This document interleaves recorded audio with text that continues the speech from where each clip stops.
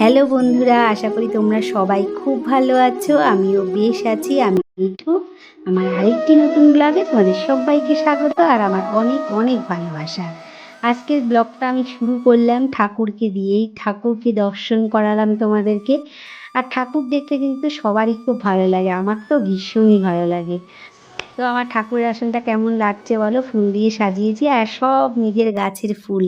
কি ভালো লাগে না নিজের গাছের হাতে লাগানো ফুল নিজের হাতে তুলে ঠাকুরকে দিতে, খুব ভালো লাগে কিন্তু।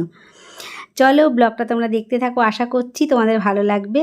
আর আমার সব বন্ধুদের কাছে অনুরোধ, ব্লগটা কিন্তু প্রথম থেকে শেষ পর্যন্ত দেখবে। নতুন বন্ধুরা তোমরা যারা আমার ব্লগটা প্রথম দেখছো, অবশ্যই আমার ব্লগটা দেখে যদি তোমাদের ভালো লাগে তাহলে আমার পাশে থেকো। আর পুরনো বন্ধুরা যারা আমার ব্লগটা দেখো, তোমাদেরকে তো আমার অনেক ভালোবাসা। আজকে দেখো রান্না বসিয়ে দিয়েছি, রান্না করছি। আর কি রান্না করছি সেটা তোমাদেরকে দেখাবো, ওখানে আগে রান্নাটা করে নিই। আর আমি আজকে একটু কিন্তু খুব ব্যস্তই আছি। চলো তোমাদের সাথে একটু গল্প করতে করতে ব্লগটা আমি তোমাদেরকে দেখাই। তো আজকে আমি আমার সত্যি একদম ঘটনা, আমার নিজের সেই সত্যি ঘটনাই তোমাদের সাথে বলবো। একদম কোনো এর মধ্যে কোনো মিথ্যে নেই। তো মিথ্যে অবশ্য কোনো দিনই থাকে না। প্রত্যেক দিন যারা আমার ব্লগ দেখো আমি ঘরে যা যা করি সেটাই তোমাদের সঙ্গে শেয়ার করি। তো কি হয়েছে বলো তো, তোমরা যারা আমাকে দেখো, আমাকে দেখে নিশ্চয়ই বুঝতে পারো যে আমার চোখে কিন্তু একটা মোটা পাওয়ারের চশমা। তো দেখতেই তো পারো, মোটা পাওয়ারের চশমা। তো এই চশমা নিয়েই একটা গল্প আছে, সেই গল্পটাই আজকে তোমাদের সাথে শেয়ার করব। আর আমি রান্নাবাড়া সেরে কিন্তু চলে এসেছি দেখো আমার বোনের কাছে। সকালে ওদের জন্য রান্না করে রেখে আমি চলে এসেছি। বোন আজকে বানাচ্ছে হলো তোমার হান্ডি মটন। আমি কিন্তু একদমই জানতাম না। আমার আজকে মনটা এমনিতেও খুবই খারাপ সকালবেলার থেকে, বিশেষ কারণের জন্যে। সংসার করতে গেলে তো কোনো কোনো সময় মনটা একটু খারাপ হতেই পারে বলো। তো সেজন্যেই আর কি। তো মনটা খারাপ কিসের জন্যে সেটা আর তোমাদের সঙ্গে আমি শেয়ার করলাম না, কারণ নিজের মন খারাপের কথা না কারোর সাথে শেয়ার করতে নেই। তো যাই হোক, তো যেটা আর কি আমার মনে হয় ভালো জিনিসটাই সব সময় শেয়ার করা ভালো। খারাপ জিনিস কোনো সময়, মন খারাপের কথা, আমার মন খারাপের কথা শেয়ার করলে তোমাদেরও কিছু না কিছু মন খারাপ আছে সেটাও তোমাদের মনে পড়ে যাবে। মনে না রাখাই ভালো। তো দেখো এই যে হাঁড়ির মধ্যে একটু তেল দিয়ে দিয়েছে, আর এখানে মাংসটা তো সব রকম মশলা দিয়ে, মাংসে যা যা মশলা দেয়, মটন কিন্তু এটা। তো এটা হচ্ছে তোমার ম্যারিনেট করে রেখেছিল, সেটা আর কি হাঁড়ির মধ্যে দিয়ে দিচ্ছে। আমি তো একদম এসে খুব রাগারাগি করছিলাম। তা বলছে না রে, আজকে আমি এমনিতেই বানাতাম, তুই আসছিস বলে না। তো আমি আসলে আসবও ঠিক ছিল না, আর ও জানেও না যে আমি আসবো। আমি ওই যে বললাম তোমাদেরকে, আমি হট করেই চলে এসেছি। আসলে যার ভাগ্যে যেটা থাকে, আমার ভাগ্যে হয়তো এটা আজকে খাওয়া ছিল তার জন্যে। আর তো আলু দিচ্ছিল না, তাও ভাবলো যে দুটো আলু দেই, কারণ মাংস খেতে বসে না, বিশেষ করে মটন খেতে বসে একটু আলু না হলে কিন্তু একদম জমে না বলো। সে যেভাবেই আমরা রেসিপিটা তৈরি করি না কেন, আলু কিন্তু মাস্ট। আলু একটা করে পাতে কিন্তু দিতেই হয়। আর ওই গামলাটা ধুয়ে, মশলাটা ধুয়ে একটু জল দিয়ে দিল হাঁড়ির মধ্যে। ওইটুকুই জল দেবে, আর তো কোনো জল যাবে না ওতে। আটাটাও মেখে রেখে দিয়েছে। তো হ্যাঁ, কি একটা মনে করলো, মনে পড়ে যায় জানো তো অনেক রকম কথা, তো সেই জন্য একটু থেমে গেছিলাম। যাই হোক, দুঃখিত। আর এবারে দেখো আটা মাখাটা ভালো করে হাঁড়ির গায়ে ভালো করে লাগিয়ে দিচ্ছে, সুন্দর করে লাগানো হয়ে গেছে দেখো। তো এবারে গ্যাসের উপরে বসিয়ে দেবে। আর এটা কিন্তু কাঠের জালে করলে আরও দুর্দান্ত হয়, রেসিপিটা দারুণ হয় কাঠের জালে। আসলে কি বলো তো, কাঠের জালের একটা স্বাদই আলাদা। তো যাই হোক, এখন তো সেই যেটা নেই সেটা নিয়ে আফসোস করে লাভ নেই, যেটা আছে সেটা নিয়ে থাকাই ভালো। বসিয়ে দিল এবারে, অন্তত 30 থেকে 40 মিনিট বসানো থাকবে। তারপরে চলো দেখি হাঁড়ির ঢাকনাটা খুলে দেখা যাক। এই যে 40 মিনিট হয়ে গেছে, হাঁড়ির ঢাকনাটা ওয়াও একদম দারুণ হয়েছে, পুরো ধুয়ে উঠছে। আর কালারটাও কিন্তু বেশ এসছে, আর খেতেও কিন্তু খুব সুন্দর হয়েছিল। তো যাই হোক, খাওয়ার সময় তোমাদেরকে শেয়ার করবো কেমন হয়েছিল দেখানোর জন্যে। আর বেলাটা অনেকটাই হয়ে গেছে, কারণ আমি এমনিতেও বেলা করে আসছি, আর ওর রান্না করতেও একটু দেরি হয়ে গেছে। সমস্ত কিছু আসলে গুছিয়ে নেবে তারপরে তো। আর এখানে দেখো একটা ট্র্যাডিশনাল ডিশের জন্য ট্র্যাডিশনাল থালাও বের করেছে। অন্য দিনকে তো আমরা প্লেটে খাই।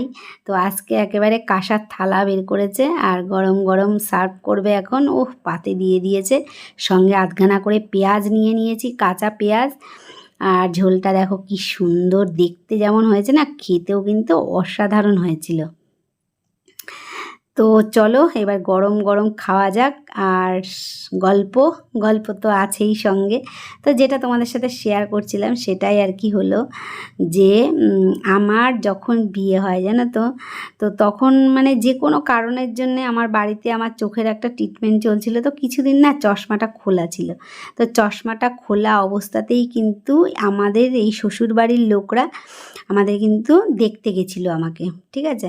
তখন কিন্তু আমার চশমাটা ছিল না, তবে ওদেরকে বলা হয়েছিল যে চশমা আমি পরি, ঠিক আছে। কিন্তু এতটা পাওয়ার আর এতটা মানে চোখের ডিস্টার্ব ওরা জানতো না, সত্যি কথাই যেটা বলতে কি। আমার শ্বশুরবাড়ির লোকরা ভীষণই ভালো, চশমা পরে এইটুকু জানতো। তো যাই হোক, এবার আমার বিয়ে হয়ে আসার পরে কি বলবো তোমাদেরকে, চশমাটা আমি নিয়ে এসেছিলাম কিন্তু আমি পরতাম না। আমার কি যে কষ্ট হতো তোমাদেরকে কি বলবো, আমি লজ্জাতে কাউকে বলতেও পারতাম না, আর কিছুই মানে এই করতে পারতাম না। তো আমার এত কষ্ট আর এত মানে লাগতো, সেই সিচুয়েশানটা যে আমি কার সাথে তখন শেয়ার করব আমি নিজেই জানতাম না।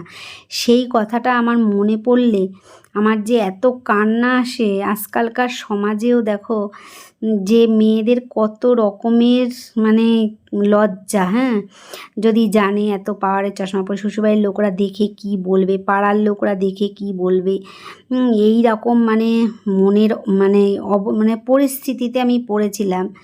তো তোমাদের সাথে হাসির কথা আর কি বলবো, হাসিও লাগছে দুঃখও লাগছে জানো তো। আমি সিনেমায় গেছি তখন, বিয়ের পরে সবাই মানে সবাই মিলে আর কি সিনেমায় গেছি, সিনেমা দেখতে গেছি। সিনেমা তো আমি ভীষণ ভালোবাসি, এখনও পর্যন্ত টিভি ছাড়া একদমই চলে না, এন্টারটেনমেন্ট খুব পছন্দ করি।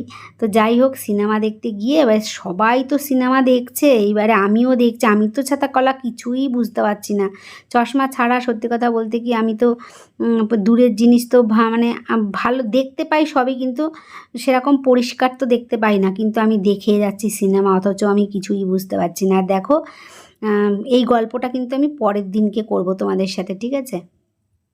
আজকে আর আমি সব গল্পটা না তোমাদের সাথে শেয়ার করতে পারবো না, তাহলে অনেকটা বড় হয়ে যাবে। বোন আমি এখন বাড়িতে চলে যাব, আমার জন্য আবার দিয়ে দিল ওই ভোর জন্যে, আর ভোর দাদার জন্যে দিয়ে দিল, আর রুটি দিয়ে দিল করে, আর ওই নাইটিগুলো নতুন ঘরে বসে শপিং করলাম, ঠিক আছে। তো চলো, আমি দেখো বাড়িতে চলে এসেছি। আর এখন আমি তো রুটি তো করেই দিয়েছে, মানে তরকারিও দিয়ে দিয়েছে। আর এখন আমার ঘরের অবস্থাটা দেখো, সারাদিন ছিলাম না বলে আমার আর না ইচ্ছাই করছিল না আসতে, তাই না। আবার আমাকে আনতে গেছিলো, দিয়ে যে আবার আনতেও গেছিলো। যেহেতু মা জানে যে রাগ করে চলে গেছে, আজকে আর বউকে কিছু বলতে হয়নি, আবার আমাকে আনতেও গেছিলো। তো বাড়িতে এসে ঘরের অবস্থা দেখো, চারিদিকে বাসন কোসন সমস্ত কিছু ছড়ানো। দুপুরবেলা যা রান্না করে রেখে গেছিলাম ওরা খেয়েছে, আর সব অল্প একটু একটু রয়েছে, সব দেখো ফেলানো রয়েছে, সবই তো নষ্ট হয়ে গেছে। গরমের দিনে এত সময় থাকে না, তো আর কিছু করার নেই। এখন এইগুলোকে সব পরিষ্কার করব। আর এই যে রুটিটা এনে বের করে ঢাকা দিয়ে রেখে দিয়েছিলাম। তো আর বেসিনে দেখো বাসন, কত বেসিনে বাসন। তো আমার গল্পটা কিন্তু আমার কমপ্লিট হলো না, এখনও অনেকটা বাকি আছে। তোমরা যদি শুনতে চাও নেক্সট ভিডিওতে আমি অবশ্যই তোমাদের সাথে বাকি গল্পটা শেয়ার করব। তোমরা অবশ্যই আমাকে একটা মিষ্টি করে কমেন্ট করো, আমার খুব ভালো লাগবে। আর আজকে আর তো ভালো লাগছে না, এবারে ওরা বাড়িতে আসলে খাওয়া দাওয়া করে শুয়ে পড়বো। আর বাড়িতে তো আসতেই হবে বলো, রাগ করে যেখানেই যাই, এখানে তো আমাকে আসতেই হবে, কারণ এর যে মায়া সে তো আর আমি ছাড়তে পারবো না, তাই না। চলো, দেখা হবে আর একটি নতুন ভিডিওতে। সবাইকে আজকের মতন টাটা।